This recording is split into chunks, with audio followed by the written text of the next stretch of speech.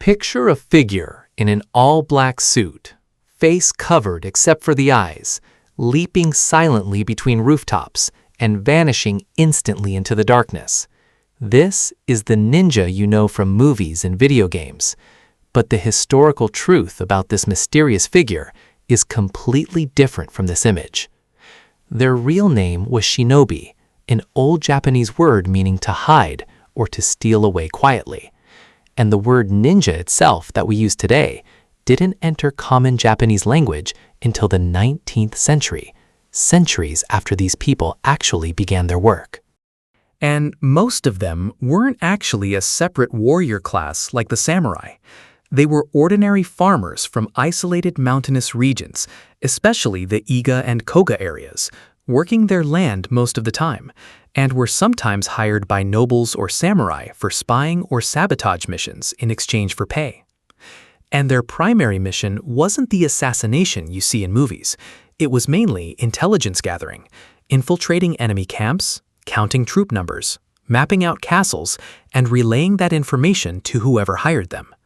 Direct combat was a last resort, not the primary goal. And their most famous myth, the all-black outfit. This costume actually has nothing to do with real history at all. It originated from traditional Japanese kabuki theater, where assistant performers called kuruko wore solid black so the audience would visually ignore them during the performance. The earliest actual drawing of a ninja in black dates back only to 1801. And even stranger, during actual night missions, real shinobi didn't wear black at all. They wore dark navy blue. The reason is simple science. The night sky itself leans toward indigo, not pure black. So if they wore true black, their bodies would appear as a clear silhouette against the sky, while navy blended in far better. And the deeper truth is, there was no unified shinobi costume at all. They wore whatever suited their mission. Ordinary farmer's clothes, a traveling merchant's outfit, even a Buddhist monk's robe sometimes. The point was to blend into whatever environment they were operating in without drawing any attention.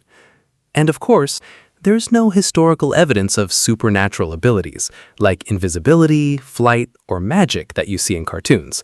Their real reliance was on discipline, precise planning, knowledge of terrain, and intense physical training, not anything supernatural.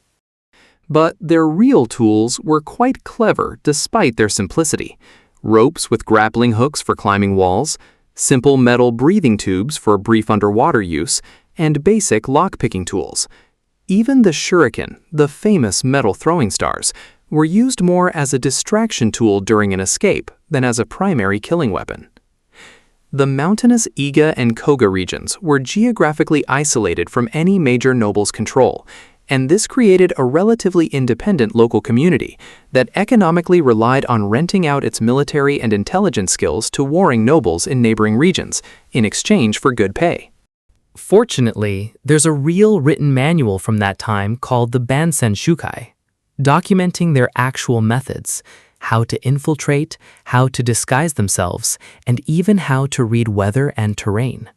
This document is the closest source we have today to understanding the real shinobi, apart from fiction.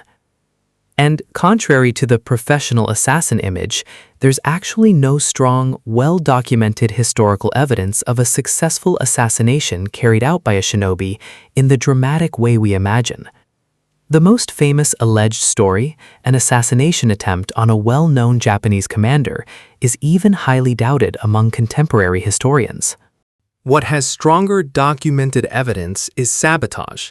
They would infiltrate enemy camps or even inside castles and set fire to food or weapon storehouses, or sabotage defensive gates, weakening the enemy from within before any direct attack from the main army.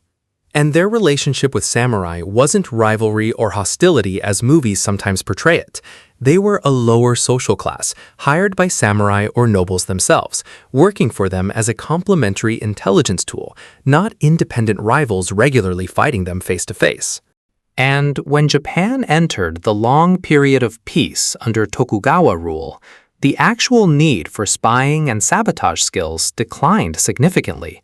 Many shinobi families transitioned into ordinary security guards or even regular farming, and their arts became more of a family tradition passed down than an actively practiced daily profession.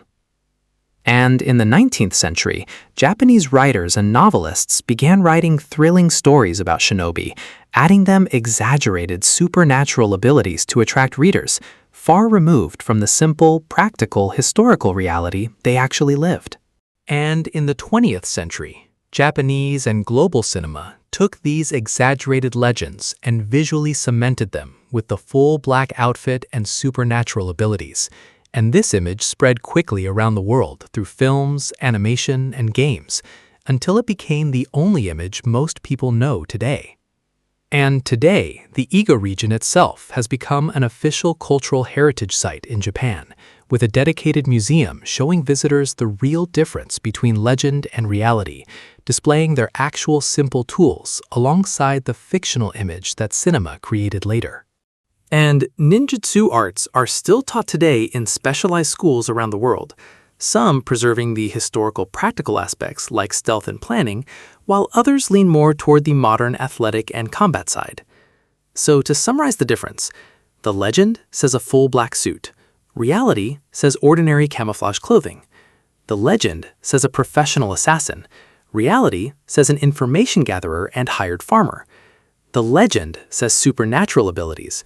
Reality says pure human discipline and training. So, the real shinobi weren't superhero-like figures in dramatic costumes. They were ordinary farmers and spies who relied on intelligence, patience, and disguise more than any weapon or supernatural ability. And this simple reality proved itself across centuries, while the legend was just a story crafted later by theater and cinema. If you enjoyed this, don't forget to subscribe and turn on notifications. More episodes coming on civilizations and historical figures who changed history in ways you'd never expect. See you in the next one.